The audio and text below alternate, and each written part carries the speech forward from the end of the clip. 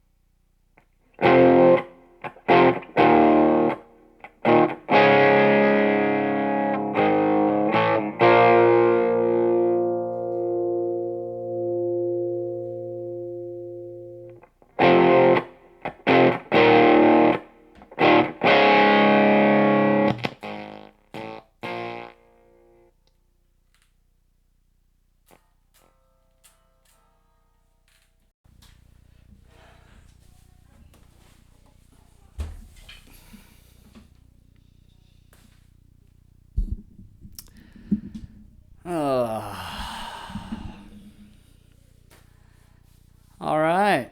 Well, I am very sad. I'm very sad. I'm really sad. My amp just blew up. It is under warranty, but dagnabbit, this is supposed to be the MK2. All those Egnater troubles are supposed to be a thing of the past. And then my amp blows up. Oh, dang it. The fuse is still good. Great, right? There's power to the plug. We've got 120 volts there. Fuse is good. None of the tubes light up.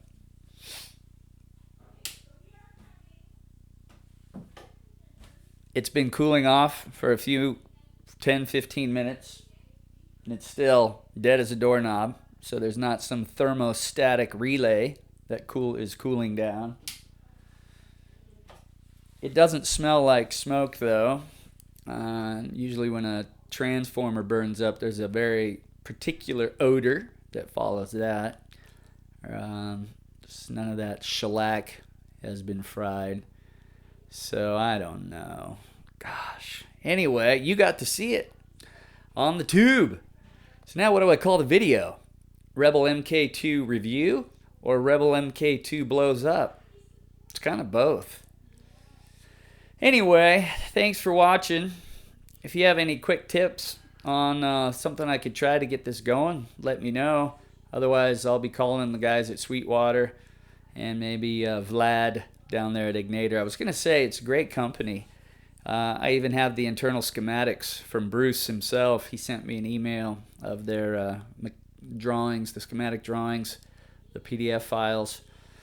Because I was going to go in there and increase the, I was going to double up the bass resistor on the dirty channel because the bass is a little weak and I'd like some more. It's a 22 or 24 microfarad cap in there. I think it's a 22. And I was going to double that up to try and get a little more bass out of that circuit. But I don't know. Anyway, have a good one. Old guy jamming or not. Old guy not jamming. Ciao.